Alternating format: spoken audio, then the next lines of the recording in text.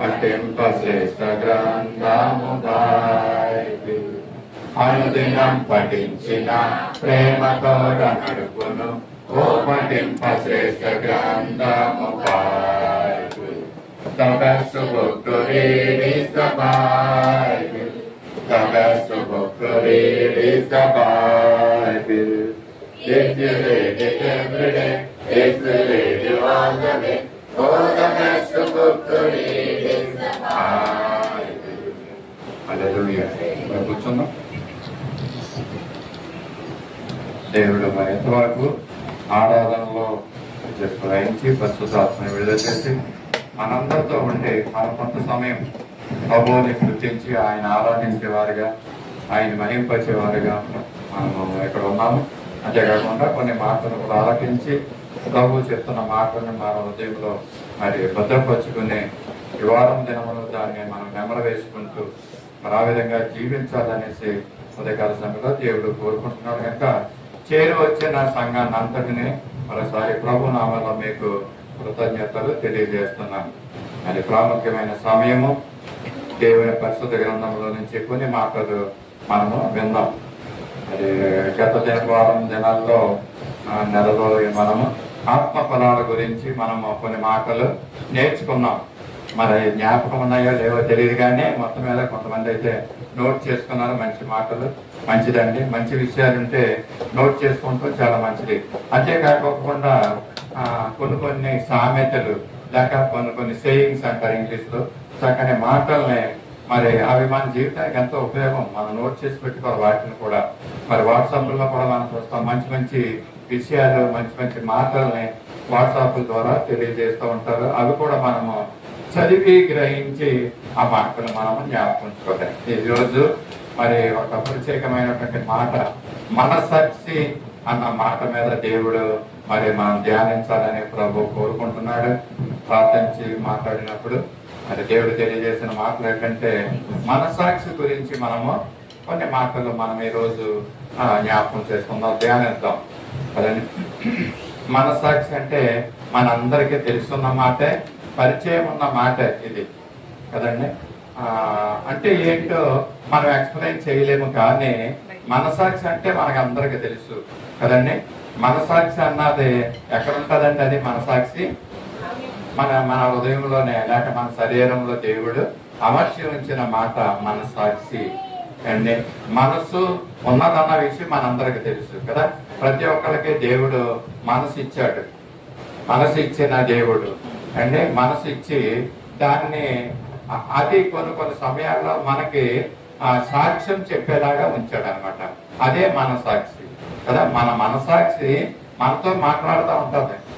మరి ఇక్కడ కూర్చున్న వారిలో దేవుణ్ణి యేసుప్రభుని నమ్ముకున్న వారిలో ఎంతమందిలో ఈ మనసాక్షి ఉందని గ్రహించారో నాకు తెలియదు, కానీ మనసాక్షి ఉంది, దేవుడు ఉన్నాడు అనే మరి సత్యం అది ఎప్పటికీ కూడా అది సత్యంగానే ఉంటుంది. అయితే ఈ మనసాక్షి మనలో ఉంది. మనసాక్షి మనతో మాట్లాడుతూ ఉంటది. మనసాక్షి మనల్ని హెచ్చరిస్తూ ఉంటది కదండి.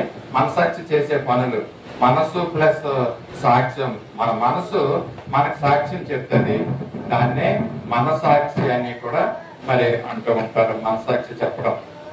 అయితే ఈ మనసాక్షి అన్నది మనం చెడ్డ పనులు చేస్తే దాన్ని ఎత్తి చూపిస్తుంది అనమాట.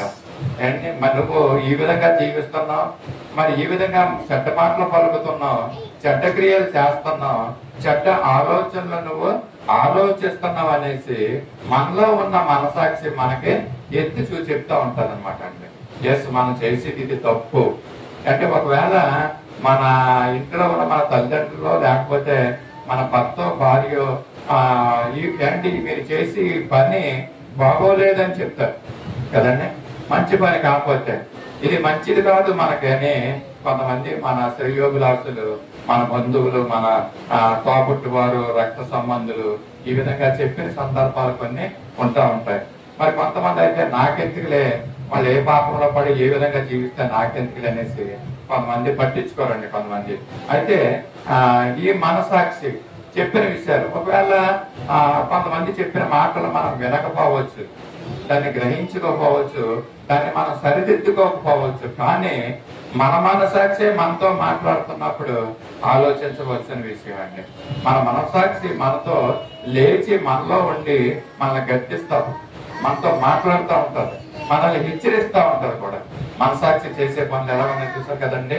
అంటే కొన్ని సమయాల్లో మన బంధువులు మన తల్లిదండ్రులతో చేయని పనిని ఈ మనసాక్షి మనతో మాట్లాడి మనకు చెప్తూ ఉంటారు. నువ్వు చేసే పని మంచిది కాదు అని హెచ్చరిస్తూ ఉంటదండి కదా. మరి ఆ మనసాక్షి చేస్తున్న పనులు మన హృదయంలో ఈ మనసాక్షి ఉంటుందండి. ఏ విధంగా దేవుడు ఒక ప్రాణాన్ని మనకి ఆ శరీరాన్ని ఇచ్చాడు, మనందరికీ తెలుసు కదండి. శరీరాన్ని ఇచ్చాడు, ప్రాణం అంటూ మనలో ఉంది కదా. అది చనిపోయినప్పుడు ఆ ప్రాణము ఏమాత్రము పనిచేయని విషయం. అంటే శరీరం ఉంది, ప్రాణం ఉంది, అలాగే ఆత్మ కూడా ఉంది. అదే మనసు. మీరు ఆత్మ అన్నా లేక మనసు అన్నా లేక హృదయం అన్నా ఈ మాటలకు అవి ఏంటంటే పర్యాయ పదాలే, వేరే వేరేగా అక్కడ ఉండవండి. అంటే మనసు అన్నది హృదయం అన్నది ఒకవేళ మన తలలోనో మన శరీరంలోనో ఉన్నదాన్ని మనం ఆలోచిస్తుంటూ ఉంటాం. కొంతమంది హృదయం షేప్ వేసేలాగా ఇది హృదయము అంటే మన గుండెల్లోనో లేకపోతే మన ఎక్కడో అది హృదయం ఉందని మనం ఆలోచించుకుంటూ ఉంటాం. అయితే బయటికి కనపడుతుంది, అది హృదయం అన్నది బయటికి కనపడదు, మనసు అన్నది బయటికి కనపడదు. అంటే మనసాక్షి అన్నది కూడా ఇది బయటికి కనపడదు. కానీ మనసు ఉన్నది, శరీరం ఉంది, ప్రాణం ఉందంటే ఆత్మ ఉందనే విషయం కూడా మనము నమ్మాలి.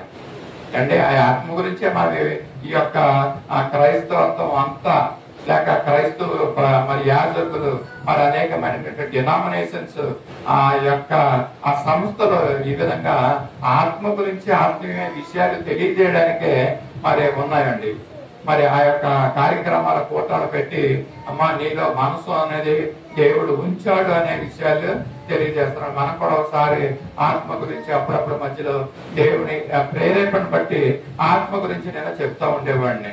మరి నీ శరీరం ఉందని ఎంత నమ్ముతున్నావో, నీ ప్రాణం కూడా ఉందని ఎంత నమ్ముతున్నావో, ఆత్మ కూడా అంతే ఉందని నువ్వు నమ్మాలి అండి. అలాగే మనసాక్షి నీలో ఉన్న విషయం నువ్వు నమ్మాలి. అంటే మనసు ఉన్నదని నమ్మినా నమ్మకపోయినా నువ్వు మనసాక్షి అంటూ ఉన్నదని మీరు నమ్మాలి.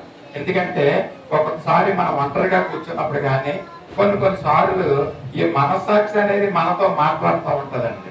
అంటే ఈ మనసాక్షి అనేది మనతో గర్జిస్తూ ఉంటది, హెచ్చరిస్తూ ఉంటది. కనుక ఈ మనసాక్షి ఉన్నదనే మనము నమ్మాలి పూర్తిగా క్రైస్తవులైన వారు. అంటే ఇది మనసాక్షి అన్నది హెచ్చరిస్తూ ఉంటది, గర్జిస్తూ ఉంటది, మంచి చెప్తూ ఉంటది. ఈ మనసాక్షికి పక్షపాతం ఉండదంటండి.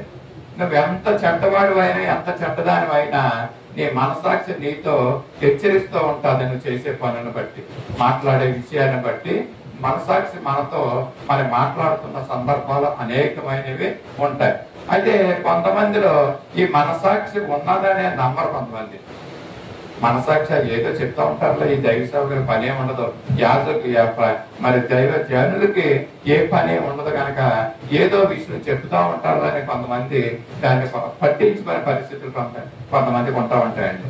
అంటే మరి అది హెచ్చరిస్తున్నా కూడా నా మనసాక్షి నన్ను హెచ్చరిస్తుందని వినేవారు కొంతమంది ఉంటారు, విననివారు కొంతమంది ఉంటారు. మనసాక్షి చెప్పిన విషయాన్ని బట్టి మనం తప్పు చేస్తుంటే ఆ తప్పుని సరిదిద్దుకునేవారు కొంతమంది ఉంటారు. అంటే మనసాక్షి చెప్పినా చెప్పినా కూడా విననన్నవాడు కొంతమంది ఉంటారు కదండి. వీళ్ళెవరో మొండి వాళ్ళు అన్నమాట. దేవుని మాటకు కానీ దేవుని యొక్క వాక్యానికి కానీ లోబడుకోకుండా ఉంటారు. ఈవెన్ మనసాక్షి చెప్పినా నువ్వు పక్కన ఉండి అంటారు అన్నమాట మనసాక్షిని కూడా. అంటే అది పక్కకి వెళ్ళిపోతుంది, పక్షపాతం ఉండదు. అది దాని బాధ్యత దేవుడు ఇచ్చాడు. మనసాక్షికి బాధ్యత ఏంటంటే నువ్వు హెచ్చరించు ఈ మనుషుల్ని. వాళ్ళు చేస్తున్న పని మంచిది కాదు, వాళ్ళు చేస్తున్న ఆలోచన మంచిది కాదు, నాకు అది ఆయాస్కరం అండి. ఈ మనసాక్షితో దేవుడు హెచ్చరిస్తూ ఉంటాడు. అంటే మనకు తెలిసిన విధంగా ఈ యొక్క మనసును మరి ఎప్పుడు వచ్చిందని మనకి యాక్చువల్గా మనసు లేక ఈ మనసాక్షి అన్నది మనలో ఎప్పుడు కలిగింది, దేవుడు ఎప్పుడు ఇచ్చాడంటే మన పుట్టిన కాడి నుంచి మనసాక్షి మనలో ఉంటది. మన ఆత్మ మనలో ఉంటుంది, మన మనసాక్షి మనలో ఉండి మనతో మాట్లాడుతూ ఉంటాడు. దైవజనులతో మాట్లాడుతూ ఉంటాడు, మనసాక్షితో దేవుని మాట్లాడిస్తూ ఉంటాడు. నువ్వైనా తిరగకపోతే మరి ఎన్నిసార్లు గద్దించినా డాష్ డాష్ డాష్, ఎన్నిసార్లు గద్దిస్తున్నా మనసాక్షితో చెప్పిస్తున్నా. ఒకవేళ ఇతరులు చెప్తుంటేనే వింటలేదనేసి నీ మనసాక్షితోటే నీతో మాట్లాడేస్తున్నాడు దేవుడు. మరి ఎంతమంది ఈ మనసాక్షిని పెట్టున్నారు? అసలు మనసాక్షి ఉందని ఎంతమంది గ్రహిస్తున్నారు? ఈ మనసాక్షి మనతో మాట్లాడుతున్నప్పుడు దాన్ని గ్రహించుకునేవారు ఎంతమంది? ఏమొద్దన్నవారు చాలా మంది ఉంటారు, కొంతమంది ఉంటారు కదా. నాకు ఏమొద్దు, దేవుడు వద్దు, మరి దేవతలు వద్దు, పరలోకం వద్దు, రక్షణ వద్దు, మారు మనసు వద్దు, బాప్తిసం వద్దు, ఏమొద్దు, మందిరం వద్దు, ఏమొద్దు అన్నట్టుగా కొంతమంది జీవిస్తూ ఉంటారు. అంటే మనసాక్షి అన్నదాన్ని కూడా వాళ్ళు పట్టించుకోని పరిస్థితి అయినప్పుడు. అయితే ఈ మనసాక్షి అన్నది ఎప్పుడు ఈ లోకంలోకి వచ్చిందంటే దేవుడు నరుని సృష్టించినప్పుడు. అంటే నరుని సృష్టించిన తర్వాత, లేక మట్టిని తీసుకుని దేవుడు తన చేతిలోకి తీసుకుని ఒక నరునిగా, ఒక మనిషిగా నిర్మించినప్పుడు ఏం చేశాడండి? నరునిగా సృష్టించిన తర్వాత దేవుడు ఏం చేశాడు? ఒక పని చేశాడు. జీవ వాయువును మరి నరుని యొక్క నాసికారంధ్రాల్లో దేవుడు ఊదాడండి. ఆ జీవవాయువును ఊదినప్పుడు నరుడు ఏమయ్యాడు? జీవాత్మ అయ్యాడండి. అంటే దేవుడు ఊదిన ఆ ఊపిరిలో మనకేమొచ్చిందంటే జీవాత్మ వచ్చింది, అంటే ఆత్మ వచ్చింది. చెవులు గలగవాడు ఆ వినును గాక, చెప్పుతున్న మాటలు హృదయం కలిగిన వారు అర్థం చేసుకుంటారు గాక. దేవుడు ఆ నాసికారంధ్రంలో మొట్టమొదటిగా బొమ్మను చేసి మట్టి వెని చేసి మరి నాసికారంధ్రంలో జీవవాయువును ఊది అది జీవాత్మ అవునుగాక అంటే దేవుడు అది జీవాత్మ అయిందండి. ఇప్పుడు మన హృదయంలో ఉన్నది జీవాత్మే. దేవుడు ఆ మట్టితో చేసిన శరీరం గురించి దేవుడు మరి దాని గురించి ఎక్కువ ప్రాముఖ్యాన్ని ఇవ్వడం లేదు. కానీ ఆయన యొక్క బాడీలో నుంచి ఆ ఊదిన ఆ పరిశుద్ధాత్మ జీవాత్మ గురించి దేవుడు ఎక్కువగా మరి ప్రాముఖ్యత ఇస్తా ఉంటున్నాడండి. ఆ జీవాత్మ ఊదినప్పుడు మనలో ఏమొచ్చిందండి? ఆత్మ వచ్చింది. మనలోకి ఏమొచ్చింది? మనసు వచ్చింది. మనలోకి ఏమొచ్చింది? మనసాక్షి వచ్చిందండి. సో ఈ మనసాక్షి ఎక్కడి నుంచి మనకు వచ్చిందంటే అది దేవునిలో నుంచి మనకు వస్తుందండి. అప్పట్లో ఉంది ఆదాము నుంచి ఇప్పటి వరకు కూడా మనసాక్షి అన్నది కొనసాగుతూ ఉందండి. ఇది కొనసాగింపు.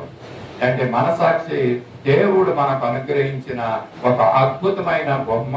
మనకి ఆ మనసాక్షిని కూడా పక్కన పెడితే మరి నీ జీవితం ఎంత ప్రయోజనకరంగా ఉంటుందో. ఒకవేళ ఈ లోకాల రీత్యా ఒకవేళ అది ప్రయోజనకరంగా ఉండొచ్చు, కానీ అది ఆత్మీయ జీవితానికి అది ఏమాత్రమో ప్రయోజనకరముగా ఉండడం లేదు. శరీరము, ప్రాణము, ఆత్మ అండి, తండ్రి, కుమార, పరిశుద్ధాత్మలకి ఇవి సాదృశ్యంగా ఉంటున్నాయండి. దేవుడు మనకిచ్చినటువంటి ఈ శరీరం అయితే, ప్రాణం అయితే, ఈ ఆత్మ అయితే, మనసు అయితే, మనసాక్షి అయితే దేవుడు మనకు అనుగ్రహించినవి ఈ యొక్క మనసాక్షి. అంటే దేవుడు మనకిచ్చినటువంటి ఆత్మ అని చెప్పాలి. అంటే నరుని ఆత్మ చెప్పాలి. అందరూ చెప్పాలి గట్టిగా, వచ్చిన వాళ్ళందరూ. ఇది నేను చెప్పే మాటలు ఎదర బెంచీలో ఉన్నవారు కాదండి. అంటే ఈ నలుగురికి ఎంత మందిరం పెట్టి ఇన్ని కరెక్ట్ పెట్టి ఎంతగా చెప్పుకోవాల్సినంత అవసరం లేదు. ఏ ఫోన్ లో మాట్లాడితే సరిపోతుంది. ఈ మాటలు వాళ్ళు గ్రహించుకుంటారు, వాళ్ళు ఉంటారు వినేవాళ్ళు. అంటే నరుని ఆత్మ అది యెహోవా పెట్టిన దీపం. అంటే ఆయన నరుని నాసికారంధ్రంలో ఊదిన ఆత్మ ఇది. ఆ ఊదినప్పుడు మనలోకి ఏమొచ్చిందంటే ఆత్మతో పాటు మరి మనసాక్షి అన్నది కూడా మనలోకి వచ్చింది. దేవుడు భూమిని సృష్టించాడని కలుగు చేశాడు. అంటే ఈ భూమి అంతటినే కలుగు చేసిన తర్వాత మరి ఆ భూమిలో ఉన్నటువంటి ఆ ఖనిజ సంపద, అది మన పరిశుద్ధ గ్రంథంలో ఆదికాండంలో ముందుగా చదువుతూ ఉంటే దేవుడు భూమి ఆకాశములను సృజించాను. అంటే దేవుడు భూమిని నిర్మించాడు. అది శూన్యంగా నిరాకారంగా ఉంటున్నప్పుడు భూమిని నిర్మించాడు దేవుడు. అయితే ఎంతవరకే మనకు తెలుసు కదండి, మిగతాది మనకు అనవసరం. అంటే భూమిని సృష్టించిన తర్వాత ఆ భూమిలో ఉన్నటువంటి సకలమైనటువంటి సంపద భూమి మీద ఏ విధంగా ఉందో భూమి కింద కూడా మరి ఎంతో మరి గూఢమైనటువంటి సంగతులు, అది దాచిపెట్టబడినటువంటి సంగతులు దేవుడు మరి అనేకమైనవి ఉన్నాయండి. భూమిలో ఏమున్నాయంటే ఖనిజ సంపద ఉంది. మానవుడు పుట్టిన దగ్గర నుంచి ఈ భూమిని తవ్వుకుంటూ భూమిలో ఉన్నటువంటి విషయాలు సైంటిస్టులు దాన్ని మరి పరిశోధిస్తూనే ఉన్నారు. ఇప్పటి వరకు కూడా అనేకమైనటువంటి విషయాలు బయటపడుతున్నాయి. దేవుడు సింపుల్ గా నిర్మించిన ఈ భూమి ఎంతో అద్భుతమైందండి. అది ఆ భూమిలో ఉన్నటువంటి విషయాలు కూడా ఎన్నో అద్భుతమైనటువంటి విషయాలు ఉన్నాయి. చూసాం కదా, ఈ ఖనిజ సంపద భూమిలో ఉందండి. ఖనిజ సంపద భూమిలో ఉంది. ఏంటంటే ఖనిజాలు అంటే భూమిలో ఉన్నటువంటి బంగారం, వెండి అంటే ఇంకా రాగి అంటే అన్ని ఖనిజాలు అంట అండి. ఈ భూమిలో ఉన్నటువంటి ఖనిజాలు అంటే భూమిలో ఉన్నటువంటి నీరు, ఇవన్నీ కూడా మానవుడికి ఉపయోగపడే విధంగా దేవుడు ఉంచాడండి. దేవుడు భూమిని సింపుల్ గా నిర్మించేసి ఇదిగో మీరు ఇల్లు కట్టుకుని నివసించండి అని చెప్పడం లేదు.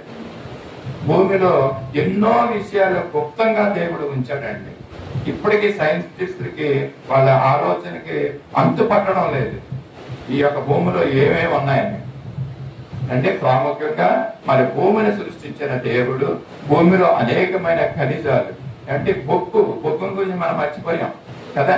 ఈ బొగ్గులో నుంచే బంగారం వస్తుంది అంటాడు. ఈ బొగ్గు ఎంతో ఖనిజాలు, ఎన్నో అమూల్యమైనటువంటి ఖనిజాలు ఈ భూమిలో ఉంటున్నాయి.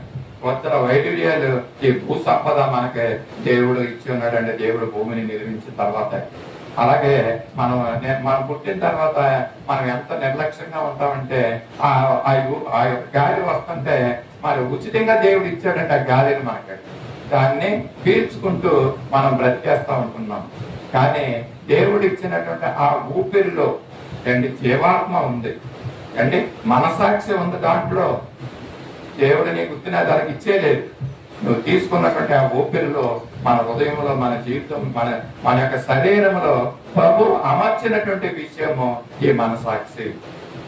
ఎంతమంది ఈ మనసాక్షి చెప్పినట్లుగా వింటున్నామో మనకు తెలియదు. ఏం చేస్తున్నారంటే ఒక మాస్టర్, స్కూల్ మాస్టర్ మరి పాఠాలు చెప్పుకుంటూ వెళ్తా ఉంటాడండి కదా. పాఠాలు చెప్పుకున్న తర్వాత ఆ జాగ్రత్తగా విన్నవారు మరి దాంట్లోని విషయాలు గ్రహించి మరి ప్రయోజనం పొందుతూ ఉంటారు. వాళ్ళు ఉన్నతమైన స్థితిలోకి వెళ్ళి ప్రయోజనకారులుగా ఉంటారు. మన తల్లిదండ్రులందరూ మనం ఇదే కోరుకుంటాం. ఏంటంటే మన పిల్లలు పాఠాలు చక్కగా మాస్టర్ చెప్పిన పాఠాలు జాగ్రత్తగా వినాలి అండి, పరీక్షలు రాయాలి, మంచి మార్కులు సంపాదించాలి, మరి మంచి ఉద్యోగాలు సంపాదించుకోవాలని తల్లిదండ్రులుగా మనం అందరము కోరుకుంటూ ఉంటాం. దేవుడు చెప్తున్న మాటల్ని, ఈ మనసాక్షి అనే మాటనే మరి ఎంతమంది వింటున్నారు, ఎంతమంది గ్రహిస్తున్నారో ఇదిగో స్కూల్ మాస్టర్ చెప్పినట్టుగానే. హల్లెలూయా. మరి స్కూల్ మాస్టర్ చెప్తున్నట్లుగా మన పరిశుద్ధాత్మ దేవుడు ఈ యొక్క మాస్టర్ అండి ఈ మాటలు మనకి తెలియజేస్తున్నాడు మనసాక్షి గురించి. మరి గద్దింపుకు మరి మనసు మనం చెప్పే మనసాక్షిని మనము జాగ్రత్తగా మరి వినాలి. మరి దేవుడు పెట్టినటువంటి యెహోవా పెట్టినటువంటి ఆత్మ, జీవాత్మ, అది అంతరంద్రియాల్ని అది పరిశోధిస్తున్నాను. ఇలా మాట చెప్తారో చెప్పాలని నేను వింటున్నాను. మరి నరుని ఆత్మ యెహోవా పట్టిన దీపము అది అంతరంద్రియాల్ని పరిశోధిస్తూ ఉంటారండి. అంటే మనసాక్షి అన్నది మన జీవితంలో మనసులో దూరి మనల్ని పరిశోధిస్తూ ఉంటది అంటాడు దేవుని మాట. దేవుడు పెట్టినటువంటి ఆత్మ ఈ మనసాక్షి అన్ని మరి యొక్క ప్రాణుల్లో ఉంటుందండి మనసాక్షి. దేవుడు అనేకమైన ప్రాణజీవిని, ప్రాణకోటిని, జీవకోటిని నిర్మించాడు కదా.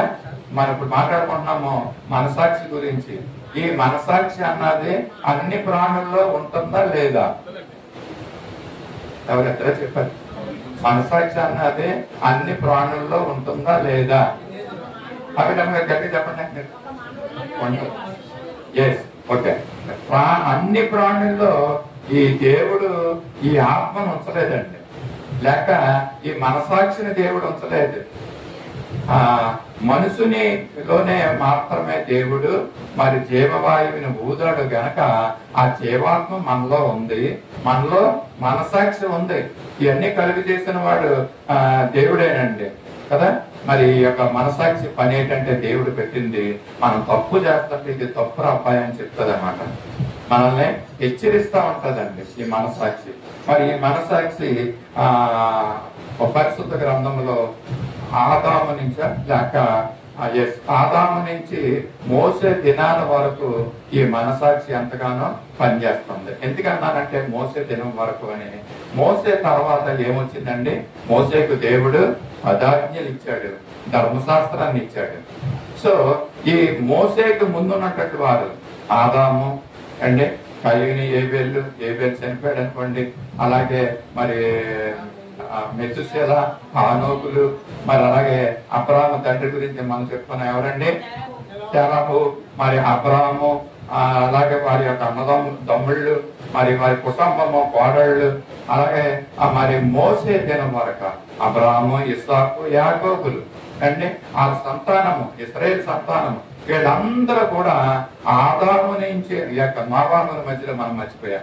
ఆదాము నుంచి ఇస్సాకు, యాకోబుల వరకు కూడా ఈ మనసాక్షి అన్నది పనిచేస్తూ ఉందండి. తర్వాత పని చేయడం లేదంటే తర్వాత కూడా పనిచేస్తుంది, ఇది కొనసాగుతూ ఉంది. అయితే ఈ మనసాక్షి అన్నది అప్పుడు వచ్చింది. ఓకే, ధర్మశాస్త్రాన్ని దేవుడు మోసేకి ఇచ్చాడండి కదా, ఎలాగా జీవించాలి, ఏది తప్పు ఏది ఒప్పో ధర్మశాస్త్రం తెలియజేస్తా ఉంటదండి. మరి దానికన్నా ముందు మోసే దినాల కంటే ముందు మరి ధర్మశాస్త్రం ఉందా అంటే ఆ దినాల్లో ధర్మశాస్త్రము లేదు అండి. అబ్రాహాము దినాల్లో, మరి అలాగే నోవాహు దినాల్లో, ఈ దినాల్లో పరిశుద్ధ గ్రంథము లేక ధర్మశాస్త్రము లేదండి. లేకపోయినప్పటికీ మళ్ళీ మరి ఎలా జీవించుంటారా అండి. దేవుడు మాట్లాడుతున్నాడు. ఇందాక చెప్పుకున్నాం, మనకి సబ్జెక్ట్ యొక్క హెడ్డింగ్ మనసాక్షి అండి. ఈ మనసాక్షి పరిశుద్ధ గ్రంథము లేనప్పుడు లేక ధర్మశాస్త్ర గ్రంథము దేవుడు ఇంకా మోసేకి ఇవ్వక ముందు వీళ్ళందరూ కూడా దేంతో మరి జీవించారని అంటే ఒక కట్టడలాగా, ఒక ఆజ్ఞలాగా, మరి ఒక మనసాక్షి వాళ్ళకి ధర్మశాస్త్రము. ఎప్పుడండి ఇది? ఆదాము సమయంలో, నోవాహు సమయంలో, అబ్రహాము సమయంలో మనసాక్షిని అనుసరించి వాళ్ళు నడిచేవారంటండి. అంటే మనసాక్షిని అనుసరించకుండా నడిచే వాళ్ళందరూ కూడా నాశనం అయిపోయారు. కానీ మనసాక్షిని అనుసరించి నడిచిన వాళ్ళు మరి ప్రభు యొక్క మార్గాల్లో నడిచారనేసి ఉదయకాల సమయంలో తెలియజేస్తున్నాను. ఆ రోజుల్లో మరి ఈ తెరహు అవనివ్వండి, నోవాహు అవనివ్వండి, సేము, హాము, యాఫెతులు అవనివ్వండి, వీళ్ళందరికీ ధర్మశాస్త్రం లేదండి. ఆ సమయంలో ధర్మశాస్త్రం లేని దినాల్లో మనసాక్షి ధర్మశాస్త్రముగా వాళ్ళ హృదయాల్లో నిలుపుకొని మరి ఆ మనసాక్షి ప్రకారంగా వాళ్ళు జీవించారు. వారు ఏ విధమైనటువంటి చెడు పనులు కొంతమంది చేయలేదు. నోవాహును ఈ దినాల్లో నువ్వు ఒక్కడవే నీతి పరుడు అనేసి దేవుడు తెలియజేస్తా ఉన్నాడు. నోవాహు ఎలా మరి ధర్మశాస్త్రం లేనప్పుడు నోవాహు మనసాక్షిని అనుసరించి నడిచాడు కాబట్టి దేవుడు అంటాడు, నువ్వు నీతి పరుడు, ఈ రోజుల్లో నీతి మంతుడు నువ్వు ఒక్కడవే నాకు కనపడుతున్నావు అనేసి చెప్తా ఉంటున్నాడు. చూసారా, మరి మనసాక్షి గురించి మనం తెలుసుకుంటున్నటువంటి విషయాలు, ఇంకా కొన్ని విషయాలు మనం తెలుసుకుని ముందుకెళ్తాం. మరి అన్యజనులైనటువంటి వారు ధర్మశాస్త్రం లేకపోకుండానే వారు కూడా మనసాక్షితో జీవించారండి. ఏంటి, క్రైస్తవులైన వారు మాత్రమే మరి మనసాక్షితో జీవించి దేవుడికి ఇష్టమైన జీవితం జీవించాలంటే లేదంటే అన్యజనులు కూడా మరి మనసాక్షితో జీవించిన వారు చాలా మంది ఉంటారు కదండి.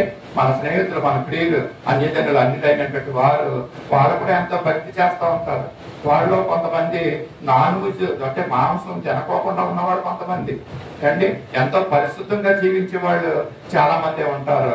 పరిశుద్ధమైనటువంటి జీవితాన్ని వాళ్ళు లీడ్ చేస్తూ ఉంటారు. అది ఏంటంటే వాళ్ళకు ఉన్నది ఒకటి మనసాక్షి. అన్నిల్లో కూడా మనసాక్షి ఉండి మనసాక్షి ప్రకారంగా జీవిస్తున్న వారు చాలా మంది ఉన్నారండి. అన్యుడికి ధర్మశాస్త్రం లేదు, మనకైతే పరిశుద్ధ గ్రంథాన్ని ఇచ్చాడు. ధర్మశాస్త్రాన్ని ఇచ్చాడు. మోసే దినాల నుంచి ఆ ఆజ్ఞలను బట్టి వాళ్ళు జీవించారు. ఇది చేస్తే తప్పు, ఇది చేస్తే ఒప్పు అని ధర్మశాస్త్రము తెలియజేస్తూ ఉంటుందండి. ఒకవేళ ఈ పని చేస్తే ఈ తప్పు పని వల్ల నీకు ఈ శిక్ష అనేసి ధర్మశాస్త్రము తెలియజేస్తూ ఉంటుంది. అయితే ధర్మశాస్త్రం లేకోకుండా ఉన్నటువంటి అన్యుల గురించి ఒక మాట తెలియజేయాలని ఉంది. పరిశుద్ధ గ్రంథం నుంచి రోమా పత్రిక 2వ అధ్యాయము 13 నుంచి 15 వచనాల వరకు 2 వచనాలు మనం చూద్దాం. అన్యజనులు కూడా ధర్మశాస్త్రం వినివారు దేవుని దృష్టికి నీతిమంతులు కారు గాని ధర్మశాస్త్రమును అనుసరించి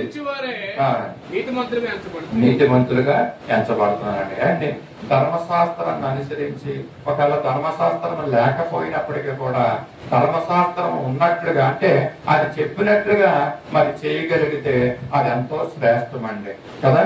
దేవుడు మనకి మనసాక్షి ఇచ్చాడు, ధర్మశాస్త్రాన్ని ఇచ్చాడు కదండి. ఈ దినాల్లో ఉన్నటువంటి మనము ఆ రోజుల్లో ఆదాము దినాల్లో నోవాహు దినంలో ఉన్న వారికి ధర్మశాస్త్రం లేదు, ఒక గైడ్ లేదు. కానీ వాళ్ళ మనసాక్షిని అనుసరించి వాళ్ళు జీవించారు. వాళ్ళు కూడా మరి పరలోక రాజ్యం వెళ్ళే కారణం లేక ఆ యొక్క ఏర్పాటుని దేవుడు ఉంచి ఉన్నాడనే చెప్తున్నాం. ఆ దినాల్లో ప్రజల్లో మనసాక్షితో మాత్రమే హెచ్చరించబడి జీవించేవారండి. మరి మోసే తర్వాత కాలంలో మనసాక్షి వచ్చింది, ధర్మశాస్త్రం కూడా వచ్చింది కదండి. చాలా మంది మరి అక్కడ ప్రజలు ఏం చేసేవారంటే ధర్మశాస్త్రాన్ని అనుసరించి జీవించేవారు ఉండేవారు. ఒకవేళ ధర్మశాస్త్రానికి వ్యతిరేకంగా ఏవైనా పాపాల తప్పులు చేసినట్లయితే ధర్మశాస్త్రం ఎత్తి చూపిస్తుంది అనమాట. ఈ విధంగా నువ్వు ఈ పాపానికి శిక్ష నీకు ఉంది అండి.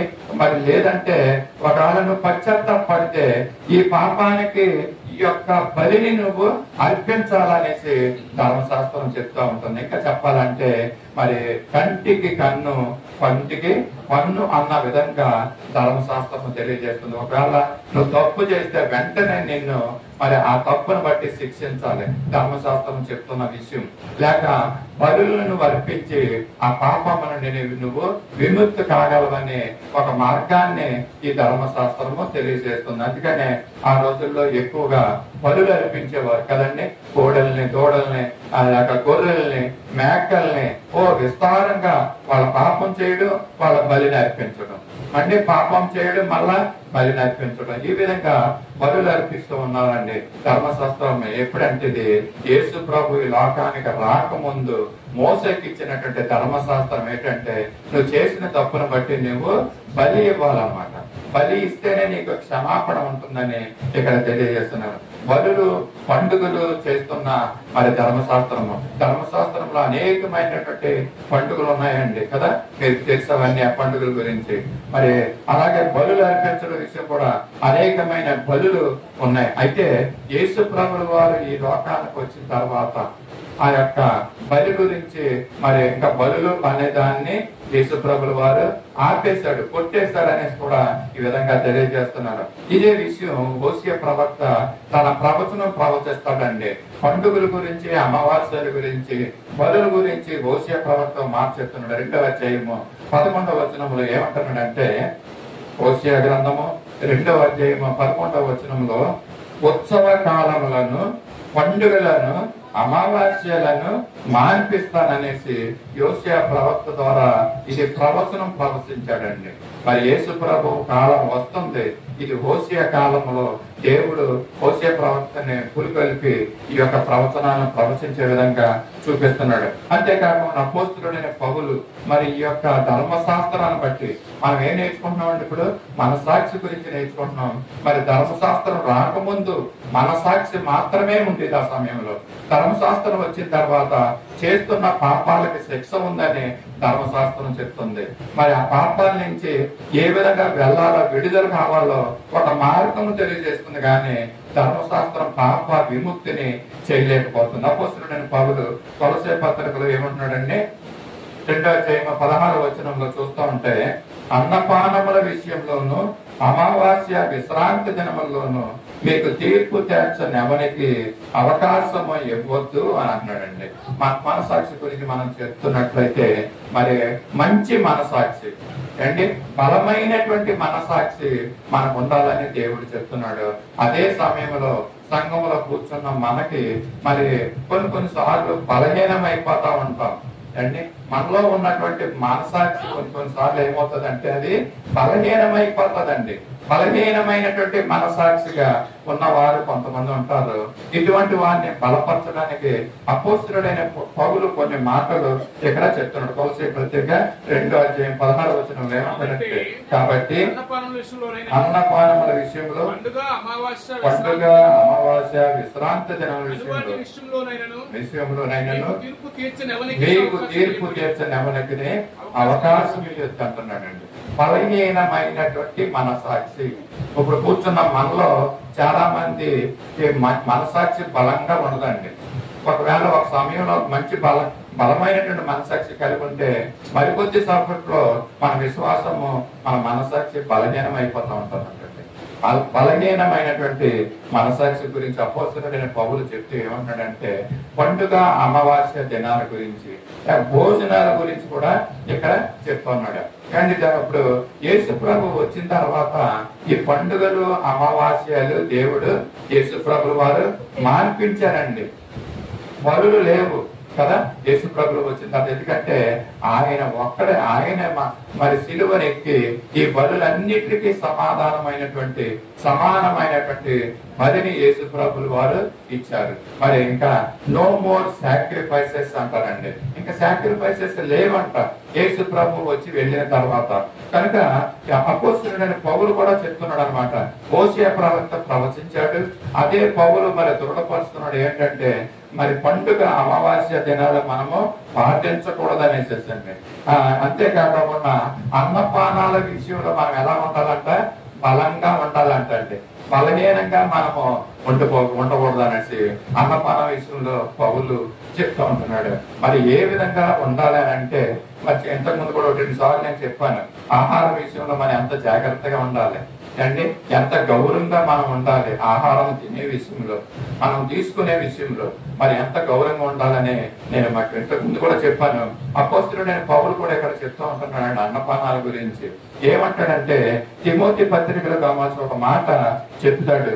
మరి చూస్తాం, తిమోతి పత్రికలో ఏమంటున్నాడంటే, కొరింథీ పత్రికలో, కొరింథీ మొదటి పత్రిక 8:13 ఏమంటాడంటే, మరి ఇతరులకు అభ్యంతరకరము కలగకోకుండా మరియు ఏ స్త్రీకైనను అవిశ్వాసి అయినను కొరింథీ మొదటి పత్రిక 8:13 చూస్తున్నారు. ఓకే, భోజన పదార్థముల విషయంలో సహోదరునికి అభ్యంతరము కలిగిన ఎడల, నా సహోదరునికి అభ్యంతరము కలుగు చేయకుండాకై నేనెన్నటికి మాంసము తిననని అంటుందండి. వింటున్నారండి ఈ మాటలు. మరి అపోస్తలుడైన పౌలు ఏం చేస్తున్నాడంటే, ఎన్నో విషయాలు ఆయన త్యజించాడండి. ఇంకా మరి తన సహోదరుల నిమిత్తం అంట మాంసం తినడం మానేశాడంట.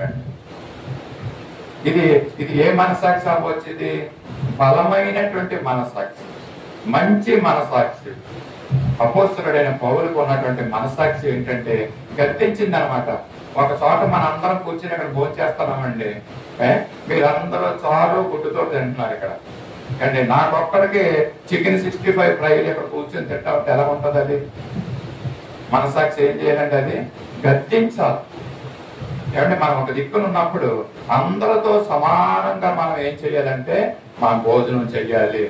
మనం ఇక్కడ కూడుకొని ఉండట. ఎందుకంటే మనసాక్షి, మంచి మనసాక్షి కలిగినటువంటి వ్యక్తులుగా మనం జీవించాలండి. అంటే ఏమాత్రమో మరి ఆలోచన లేకపోకుండా, అంటే నువ్వు ఇష్టం వచ్చినట్టు నేను తింటాను, ఇక్కడ నాకు ఉంది పర్వాలేదులని నేను తింటా ఉంటుంటే మంచి మనసాక్షి కాదండి. అది మనసాక్షి గద్దిస్తా ఉంటది.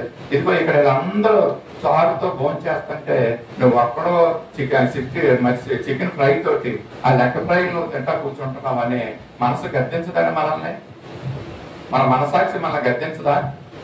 అండ్ ఇటువంటి మనసాక్షి, గద్దెంపు మనసాక్షి కలిగిన వాళ్ళు ఇక్కడ ఉన్నారా? లేక పర్వాలేదు వాళ్ళు ఏం తింటేదన్నే నేను ఇది తింటారా, నాకేమి, ఇది నా భోజనం అండి, అలాంటి మనసాక్షి మనం కలిగి ఉంటున్నామా? ఉదయకాల సమయంలో అపోస్తలుడైన పౌలు ఏం చెప్తున్నాడంటే, నా సహోదరుల నిమిత్తము నేను మాంసం తినడం మానేశాడని. ఇది మంచి మనసాక్షి.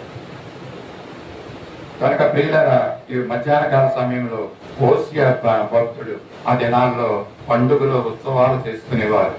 మరి దినాల్లో అపోస్తలుడైన పౌలు ఇవన్నిటిని చేయొద్దన్నట్లుగానే చెప్తున్నాడండి. మనకన్నింటికంటే కావాల్సింది ఏంటంటే, ఇదిగో క్రిస్మస్ రోజునే మరి గెస్ట్ స్పీకర్లు వస్తారండి. వాళ్ళు వచ్చినప్పుడు కూడా ఇదే మాట చెప్తా ఉంటారు. ఏం మాట చెప్తా ఉంటారంటే, మనం వేసుకున్న బట్టలు అంటే, మన ఇల్లు సిద్ధపరుచుకున్న విధానము, మన పిండి వంటలు అంటే ఇవన్నీ దేవుడికి కావాలా అని దైవజనులు అనేక మార్లు మనకు చెప్తా ఉంటారు.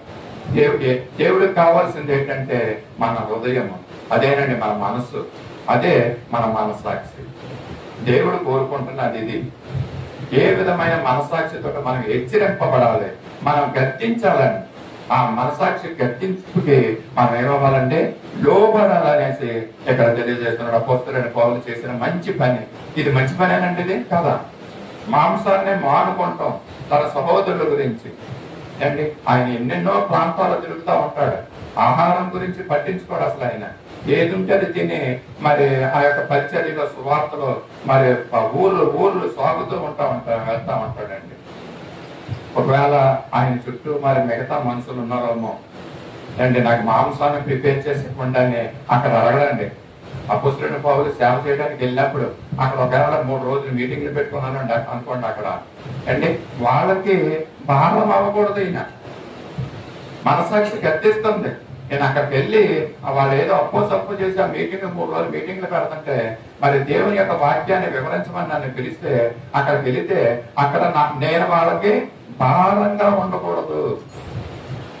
కనుక నేను ఏం చేస్తున్నానంటే మాంసాన్ని మరి మరి తినడం మానేశాను. అపోస్తలుడైన పౌలు మాంసాన్ని తినడం మరి మానేశారండి. ఇది మంచి మనసాక్షి.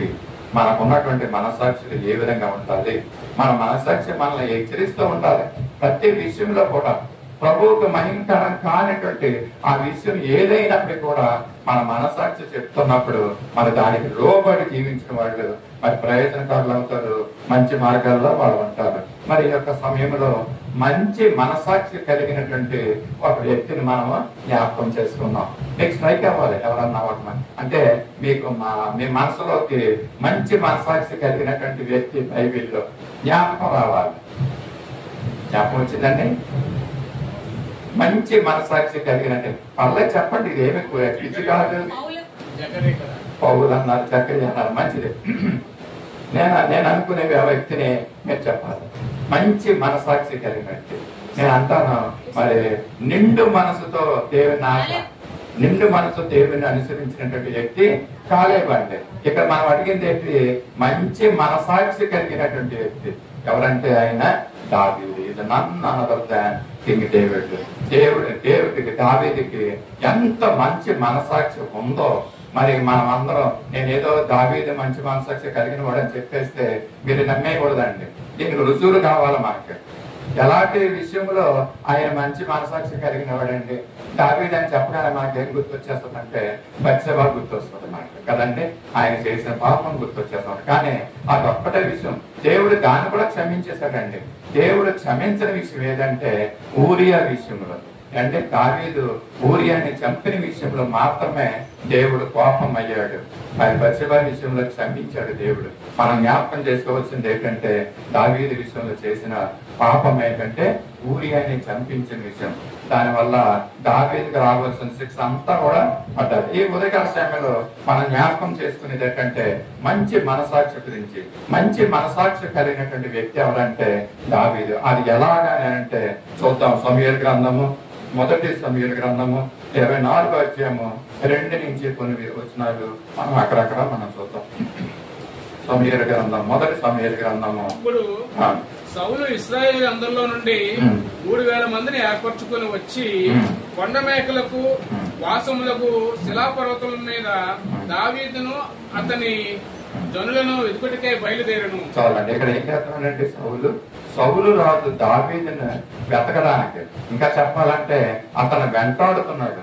దేనికి వెంటాడుతున్నాడంటే ఆయన్ని చంపేయాలని వెంటాడుతున్నాడండి సౌలు రాజు. అలాంటి మరి దావీదుని వెంటాడుతున్న సమయంలో సౌలు ఏం చేశాడంటే ఆయనకు బాత్రూమ్ వచ్చింది, ఒక గుహ ఉంది.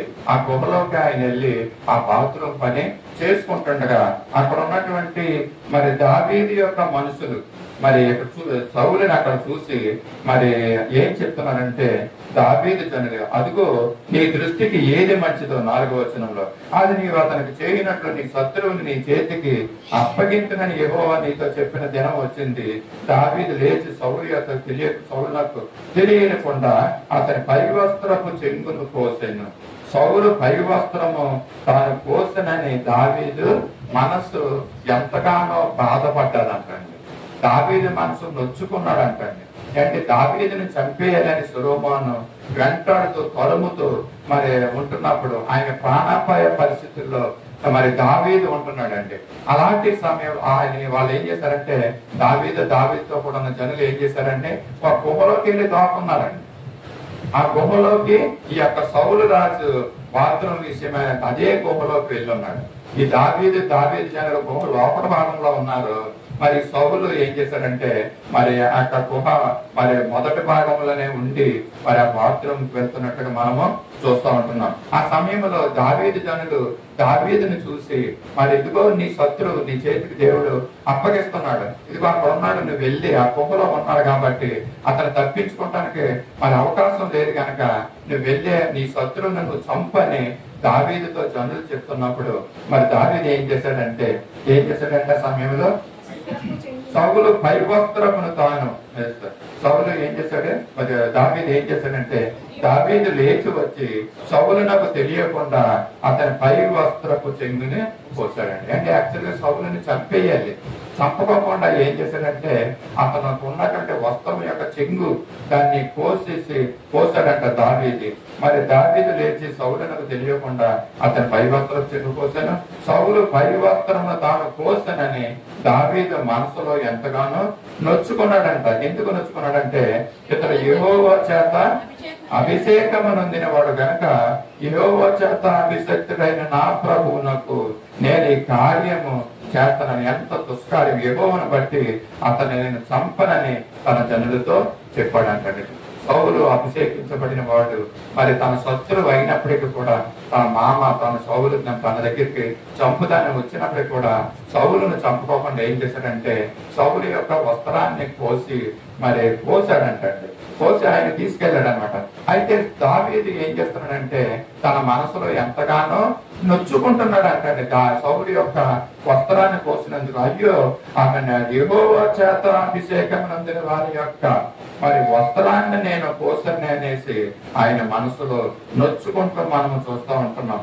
తర్వాత దావీదు మరి సౌలుతో చెప్తున్నాడు, నేలకు సాష్టాంగపడి మరి సౌల మరి నేను నువ్వు అక్కడ ఉంటున్నప్పుడు గుహలో ఉంటున్నప్పుడు నిన్ను చంపుకోకుండా నేను విడిపించాను, మరి నీ వస్త్రపు చెంగును మాత్రమే కోసాను, నాకు నిన్ను చంపే అవకాశం నాకు వచ్చినా కూడా నిన్ను మరి విడిపించాను, అక్కడ విడుదల చేశాను, వస్త్రాన్ని మాత్రమే కోసానని చెప్పినప్పుడు సౌలు అంటాడు, నా కుమారుడు దావీదా మరి నువ్వేనా ఈ పని చేసింది, మరి ఈ దినమున యెహోవా నిన్ను ఎలాగో గుహలో నా చేతికి అప్పగించినప్పటికీ కూడా నిన్ను విడిపించాను అని చెప్పి సౌలుతో మాట్లాడుతున్న సందర్భాలు ఈ యొక్క వాక్యం అంతా కూడా చదువుతా ఉంటున్నప్పుడు మనం చూస్తాం. 11వ వచనం అంటాడు సౌలు, నా తండ్రి చూడుము, ఇదిగో చూడుము, నిన్ను చంపగా నీ వస్త్రం చెంగు మాత్రమే కోసింది కనుక నా వలన నీకు కీడు ఏమాత్రం రాదని దావీదు సౌలుతో చెప్తా ఉంటున్నాడండి. మరి దావీదు సౌలు యొక్క వస్త్రాన్ని కోసినందుకు, అభిషేకింపబడిన వాని యొక్క వస్త్రాన్ని కోసినందుకు ఆయన తన మనసులో నొచ్చుకుంటున్నాడంటే అండి. మరి దావీదు మరి సౌలు చంపుతున్నప్పటికీ కూడా మరి సౌలుని క్షమించాడండి తన హృదయంలో.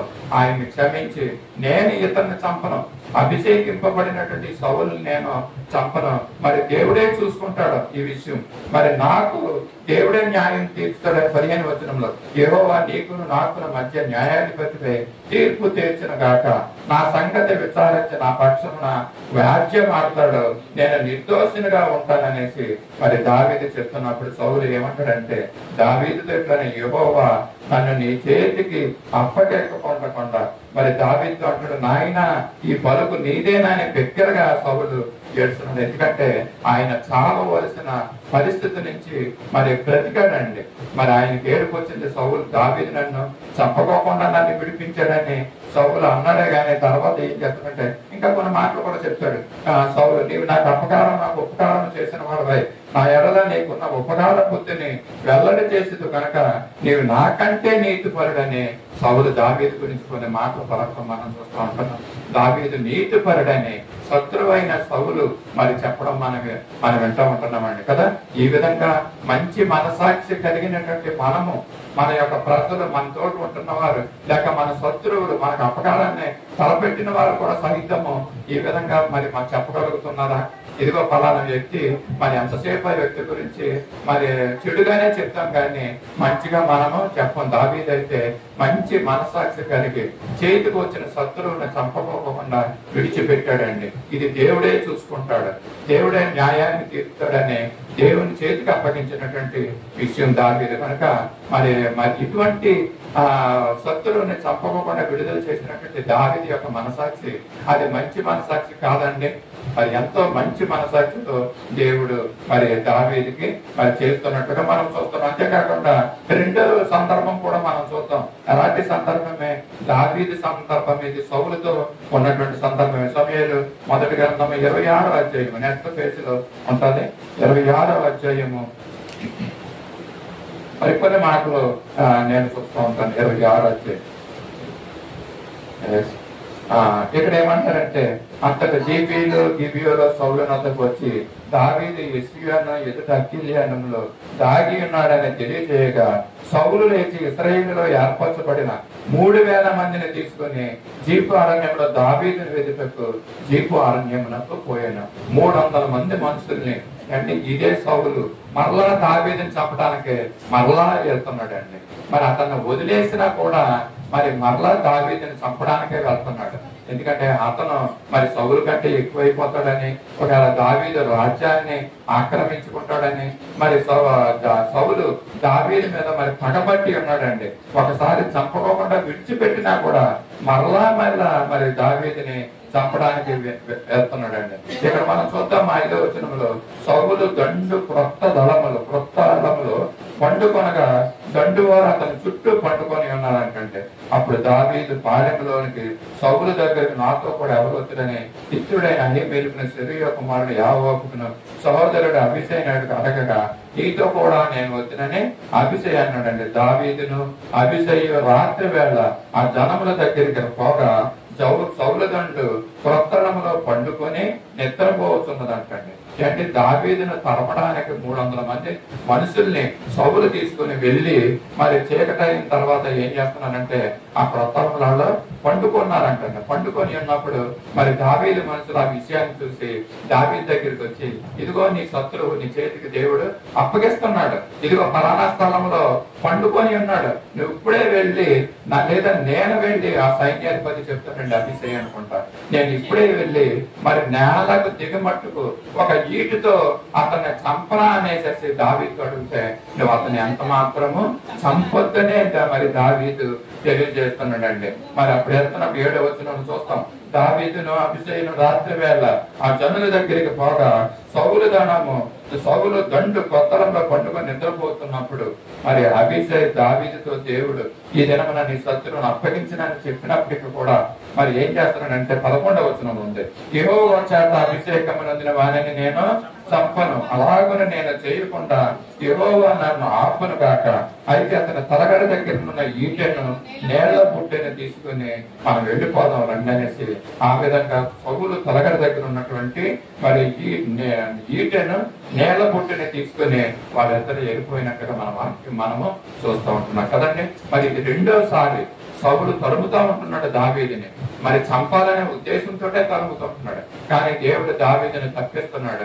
మరి సౌలును దావీదు చేతికి రెండోసారి అప్పగించినప్పటికీ కూడా ఏం చేస్తున్నాడంటే, ఆయన యొక్క సైన్యాధిపతి అంటాడు, నేను ఈటిని తీసుకెళ్లి ఇప్పుడే పండుకున్న వాడి మీద ఆ ఈటితో గుచ్చి నేలకు గుచ్చి అతను చంపుతానంటే దావీదు అంటాడు, నువ్వు అతన్ని చంపొద్దు, ఎందుకంటే అతని యెహోవా చేత అభిషేకము పొందినటువంటి వ్యక్తి కనుక మనము చంపకూడదనేసి అతను వారించి ఆఫ్ చేసి ఉంటాడండి. అయితే ఆ సమయంలో సౌలు దగ్గరికి పండుకున్న స్థలం దగ్గరికి మరి దావీదు అతని సైన్యాధిపతి వెళ్ళి ఏం చేశారంటే, అతను పండుకున్న దగ్గర నేల పుట్టి ఈటే ఉందంటాడు. ఆ రెండు తీసుకుని మరి అక్కడ మరి వాళ్ళ బయటకు వచ్చి తర్వాత సౌలుని పిలిచి చెప్తా ఉంటున్నాడు, సౌలా సౌలా, ఇదిగో నీ దగ్గరికి నేను వచ్చాను, దేవుడు నా చేతికి నిన్ను అప్పగించినా కూడా నేను నిన్ను చంపలేదు, నువ్వు ఒత్తి పుణ్యాన్ని నన్ను చంపడానికి నా వెంట పడుతున్నావు, నన్ను తరుముతున్నావు, మరి నీకు 2 సార్లు నా చేతికి నేను అప్పగించినా నేను చంపలేదు, ఇది దేవునికే నేను అప్పగించేశాను, ఇదిగో నీ దగ్గర ఉన్నటువంటి నేల పుట్టి ఇదిగో ఈ ఈటిని నేను తీసుకొచ్చాను, ఇదిగో గుర్తు అనేసి సౌలుకు చూపిస్తా ఉంటున్నాడు అంటండి. ఎంతటి మంచి మనసాక్షి కలిగినటువంటి దావీదు అండి. మరి సందర్భాలు మనం చూసినప్పుడు అంటే ఒక వ్యక్తి మనకి ఏదైనా అపకారం చేసినప్పుడు మనం ఏం చేస్తామంటే, ఎప్పటికైనా మనం ఆ వ్యక్తి మీద పగ తీర్చుకునే వ్యక్తులుగా మనం ఉంటాం కదా. అయితే దావీదు ఇక్కడ ఏం చేశాడండి, మరి 2 సార్లు సౌలు చేతికి దొరికినా కూడా చంపకోకుండా విడిచిపెట్టేశాడండి. అంటే వస్త్రం చెంగును కోసాడు. ఆ వస్త్రం చెంగు మరి ఆయన ఎవరండి, ఆయన దేశానికి రాజు. ఆయన మరి యెహోవా చేత అభిషేకించబడినటువంటి ఆ రాజు వస్త్రాన్ని కోసినందుకు అతని మనసాక్షి ఎంతగానో గర్తిస్తుందంటండి, అతని మనసు ఎంతగానో నొచ్చుకుందంటండి ఆ కోసినందుకు. అని ఇటువంటి మంచి మనసాక్షి కలిగినటువంటి దావీదుని నేను ముట్టననేసి దావీదు చెప్తా ఉంటాడు. మనసాక్షి కదండి, ఈ మనసాక్షి అనంట మనల్ని పాడు చేస్తుందంటండి. అంటే మనలో ఉన్న పాపమే మన మనసాక్షిని పాడు చేస్తుంది అనేసి ఇక్కడ చెప్తున్నాం. మరి మంచి మనసాక్షి, అపవిత్రమైనటువంటి మనసాక్షి, బలహీనమైనటువంటి మనసాక్షి, ఆఖరిగా వాత వేయబడ్డ మనసాక్షి అంటండి. దీని గురించి చెప్పి నేను ముగిస్తాను. వాత వేయబడినటువంటి మనసాక్షి అంటే ఏంటో తెలుసా? ఎన్నిసార్లు నిన్ను గద్దించినా, నీ మనసు ఎన్నిసార్లు హెచ్చరిస్తున్నా, నువ్వు మరి మారు మనసు లేకపోకుండా మరి ఆ యొక్క కార్యాన్ని క్రియ నుంచి నువ్వు తిరగపోకుండా అదే విధిగా నువ్వు వెళ్తానంటే దాన్నే మరి వాత వేయబడ్డ మనసాక్షి అంటారండి. బుద్ధిపూర్వకంగా అన్ని తెలుసుండి నువ్వు కనుక మనసాక్షికి నువ్వు లోబడకోకుండా మొండిగా నువ్వు ఆ పనులు చేసుకుని వెళ్తున్నావంటే అదే వాత వేయబడినటువంటి మనసాక్షి అని చెప్తారు. ఒక మాట అపోస్తలుడైన పౌలు రాసిన మాట 10వ పత్రిక 10వ అధ్యాయం 26వ వచనంలో మనం ఈ మాటను మనము చూస్తూ ఉంటున్నాం. హెబ్రీ పత్రిక 10వ అధ్యాయము 26వ వచనం, సత్యమును గూర్చి అనుజ్ఞానము పొందిన తర్వాత బుద్ధిపూర్వకంగా పాపము చేసిన ఎడల పాపమునకు బలిక ఉండదంట. చాలండి. అంటే బుద్ధిపూర్వకంగా మనము ఒకసారి పశ్చాత్తాపడ్డాం, నేను ప్రభా ఈ విధంగా జీవిస్తున్నాను, మారు మనసు లేకపోకుండా నిన్ను తెలుసుకున్నాను, నిన్ను కలిగి మరి నేను జీవించాలని నిర్ణయం తీసుకున్నాను, మారు మనసు పొంది బాప్తిసం పొందిన తర్వాత ప్రభు మందిరానికి క్రమంగా వస్తున్నప్పుడు, దేవుని యొక్క వాక్యాల మాటలు వింటున్నప్పుడు, ఇవన్నీ తెలిసిన తర్వాత కూడా నువ్వు పాపము చేస్తే అది మరి వాత వేయబడ్డ మనస్సాక్షిగా మరి తెలియజేయబడుతుందండి. అపోస్తలుడైన పౌలు ఈ విషయాన్ని మనకు చేస్తున్నాడు. అటువంటి వారికంట బలింకా ఉండదంటండి. అంటే బుద్ధిపూర్వకంగా నువ్వు దేవుణ్ణి తెలుసుకున్న తర్వాత బుద్ధిపూర్వకంగా నువ్వు పాపాలు చేస్తున్నంటే అది వాత వేయబడ్డ అంటే మనస్సాక్షి అంట. అలాంటి వ్యక్తికి ఇహమందు పరమందు కూడా మరి క్షమాపణ ఉన్నదంటండి. అదే బలి అంటున్నాడు అక్కడ మాట. బలి ఉండదంటే క్షమాపణ ఉండదనే విషయాన్ని మనము తెలుసుకోవాలి. ఇంకోసారి మాట చూద్దాం. తిమోతి పత్రిక 1వ అధ్యాయం మొదటి తిమోతి పత్రిక 4వ అధ్యాయము 1వ అధ్యాయం 3వ వచనంలో ఒకే మాట ఉందండి. అక్కడ వాత వేయబడినటువంటి మనసాక్షి. ఈ వాత వేయబడినటువంటి మనసాక్షి మనము కలిగి ఉన్నామా? ఒకసారి మనము జ్ఞాపకం చేసుకుందాం. మన దేవుడు మనకి ఏం చెప్తున్నాడంటే మంచి మనసాక్షి కలిగి ఉండమని చెప్తున్నాడు. కానీ వాత వేయబడినటువంటి మనసాక్షి కలిగినటువంటి వ్యక్తులు పరిశుద్ధ గ్రంథంలో ఒకరిద్దరు ఉన్నారు. ఆ పేరు చెప్పి నేను ముగిస్తాను. ఎవరంటే దాంట్లో మొట్టమొదటిగా కయ్యూను. తన తమ్ముడైనటువంటి ఏబేలుని చంపినప్పుడు అతని మనసాక్షి గద్దించిన దాన్ని పక్కన పెట్టి నరహత్య చేశాడంటే పరిశుద్ధ గ్రంథంలో మొట్టమొదటి నరహత్య కయ్యూను చేసినప్పుడు మనం చూస్తాం. దేవుడు అయినప్పటికీ కూడా మరి ఆ నరహత్య చేసినప్పటికీ అతను పశ్చాత్తాపడతాడో అనేసి కొంత సమయం ఇచ్చాడంటే వెంటనే అతను తోలేసి మెడలో ఆ ప్లేట్ వేసి మరి పంపించేయలేదండి. మరి దేవుడు కయ్యూనికి కొంత సమయం ఇచ్చాడంటే మారతాడు అనేసి, కానీ అతను మారలేదు. ఎవరితను? వాత వేయబడ్డటువంటి మనసాక్షి కలిగిన వాడండి. రెండవ వ్యక్తి ఫరో. మరి ఐగుప్తు దేశంలో ఇశ్రాయేలు ప్రజల్ని 430 సంవత్సరాలు ఎంతో కఠినంగా మరి వాళ్ళ గురించి మరి అనుసరించాడండి, జీవించాడు. మరి ఎంతో కర్కశంగా వాళ్ళతో ఉన్నాడండి. ఎంతో కఠినమైనటువంటి పనులు ఆయన చేయిస్తున్నాడు. ఎందుకంటే అతనికి ఉన్నది ఏటువంటి మనసాక్షి అంటే అది వాత వేయబడినటువంటి మనసాక్షి. ఫరోకు ఉన్నటువంటి మనసాక్షి మరి వాత వేయబడ్డటువంటి మనసాక్షి. ఫరో తర్వాత మరలా కుమారులు పుట్టి ఫరోలుగా వాళ్ళు వచ్చారు. వాళ్ళు వచ్చినా కూడా వీళ్ళకి ఎక్కడ కూడా మరి పనిలో ఎక్కడ సులభతరం ఎక్కడ లేదండి. ఎంతో కఠినంగా పనులు చేయించేవారు, ఇటుకల్ని చేయించేవారు, అడుసు తొక్కించేవారు, మరి ఆ కొయ్యకాలను తీసుకురావడం, ఇవన్నీ కూడా ఎంతో కష్టంతో కూడిన పనుల్ని ఈ ఫరో రాజు వాళ్ళ మీద కట్టడం మనం చూస్తున్నాం. మరి వాత వేయబడినటువంటి మనసాక్షులు మరి కయ్యూను ఉన్నాడు, అలాగే ఫరో ఉన్నాడు. మూడో వ్యక్తిని మనం చూద్దాం. అతను అహీమెలెకు అండి. మనం పోయినసారి మనం జ్ఞాపకం చేసుకున్నాం. అహీమెలెకు ఎవరనంటే మరి గిద్యోను యొక్క మరి ఆ ఉపపత్ని యొక్క కుమారుడు. గిద్యోనికి 70 మంది కుమారులు ఉన్నారండి. ఆ 70 మంది కుమారుల్లో మరి ఎవరో ఒకళ్ళు మరి గిద్యోని స్థానం తీసుకుంటారని మరి ఉపపత్ని కుమారుడైనటువంటి ఈ యొక్క అభిమేలకు ఏం చేశారంటే మరి మోసపూరితమైనటువంటి మాటలు మాట్లాడి వాళ్ళందరినీ మరి ఈయన న్యాయాధిపతి అయిన తర్వాత 70 మంది కుమారుల్ని ఒక్క రాతి మీద పెట్టి చంపేశాడంటాడు. ఒక్క రోజులోనే 70 మందిని కూడా. అంటే ఎంత కఠోరమైనటువంటి వ్యక్తి, కిరాతకుడో ఇతను అభిమేలకు గురించి మనం చూస్తున్నాం. అంటే ఏంటంటే ఇతనికి ఉన్నది మా మనసాక్షి మరి వాత వేయబడినటువంటి మనసాక్షి ఈ అభిమేలకు ఉందంటే. ఇంకొక వ్యక్తి ఉంది స్త్రీల్లో, ఇప్పుడు వరకు పురుషుల్లో చూసాం. స్త్రీల్లో మరి ఇటువంటి వ్యక్తే వాత వేయబడినటువంటి వ్యక్తి యెజబెలు మరి అంటే అతల్య కూడా కరెక్ట్. యెజబెలు మరి ప్రవక్తలను చంపించిందండి కదా. ఎంతో కఠినమైనటువంటి స్త్రీ అండి. ఒక పురుషులకు ఉన్నటువంటి మరి మనస్తత్వం, ఎంతో కఠినమైనటువంటి మనస్తత్వం ఈ యొక్క యెజబెలుకు ఉందండి. ఇది ఈమెకి ఉన్నటువంటి మనసాక్షి ఎటువంటిదంటే మరి వాత వేయబడినటువంటి మనసాక్షి. అలాగే అతల్య యెజబెలు యొక్క కుమార్తె అతల్య కూడా ఇదే కోత్రావలో ఉందండి. మరి వాత వేయబడినటువంటి మనసాక్షితో ఉంది. ఇంకొక వ్యక్తి ఉన్నాడు హేరోదు కదండి. బాప్తిస్మమిచ్చే యోహాను యొక్క తలని నరికినటువంటి వ్యక్తి మరి యొక్క హేరోదు మనం చూస్తున్నాం. ఈ విధంగా వీళ్ళందరూ కూడా వాత వేయబడినటువంటి మనసాక్షి కలిగినటువంటి వ్యక్తులుగా వీళ్ళు ఉన్నారు. అయితే మన పరిస్థితి ఎలా ఉంది, మన మనసాక్షి ఎలా ఉందో ఒకసారి మధ్యాహ్న కాల సమయంలో మనము పరీక్ష చేసుకోవాలి. ఒకవేళ వాత వేయబడినటువంటి మనసాక్షిలో మనం ఉన్నామా? ఒకవేళ బలహీనమైనటువంటి మనసాక్షిలో మనం ఉన్నామా?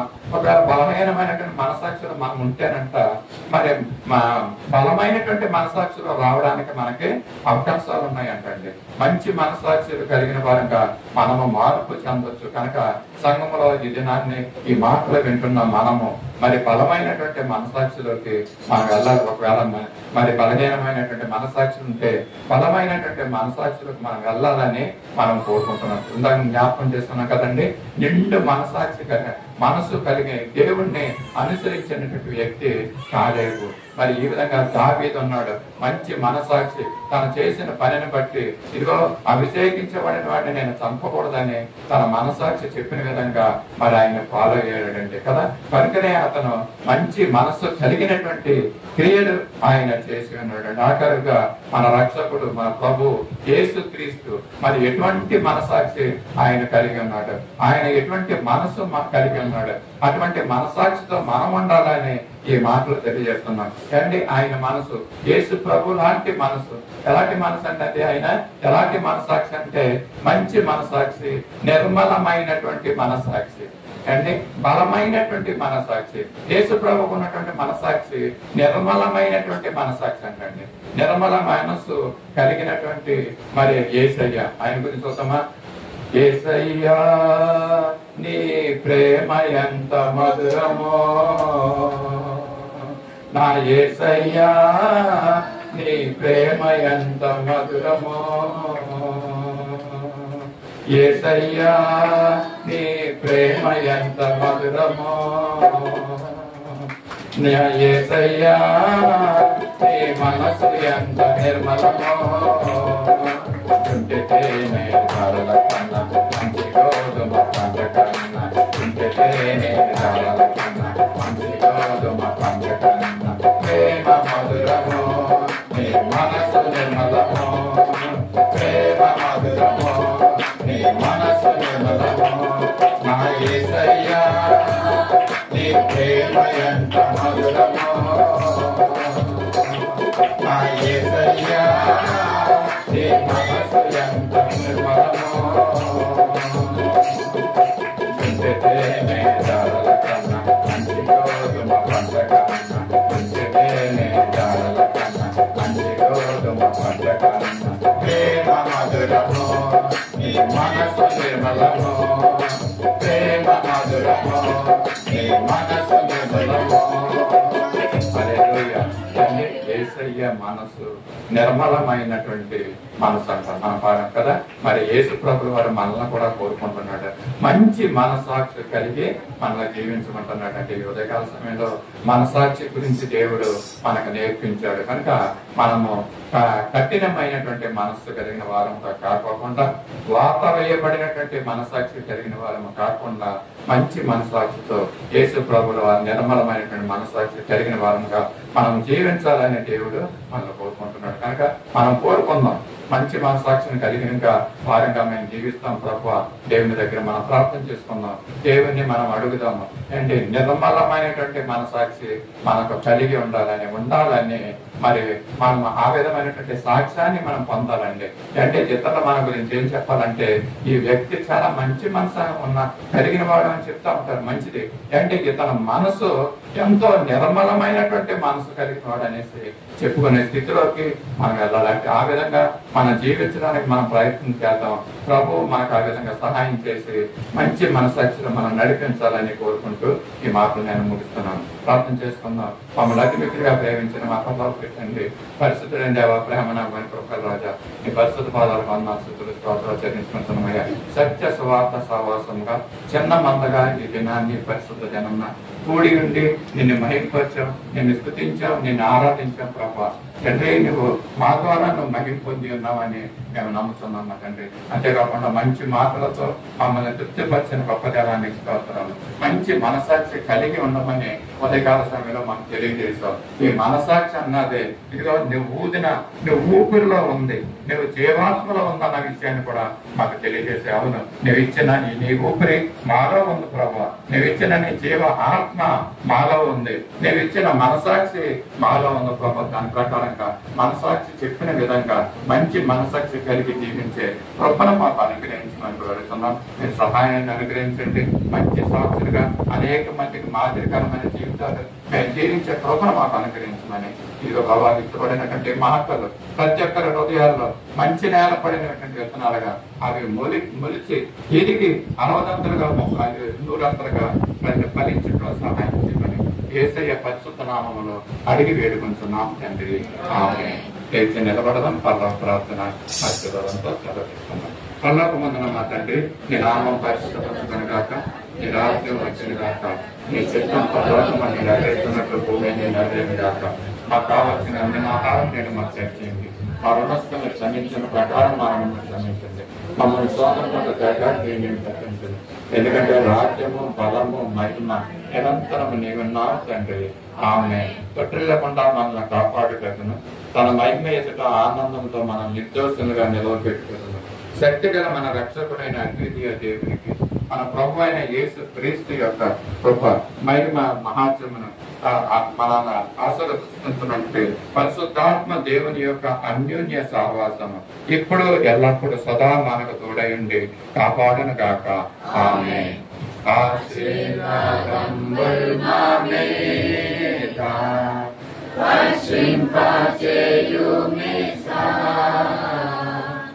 ఆశతో నమ్మియున్నాము నీ సత్యవాక్యము ఈ మహిమేగా కుమ్మరించుము దేవా బ్రహ్మాయ ప్రేమవశాము కుమ్మరించుము దేవా. అందరికీ వందనాలండి.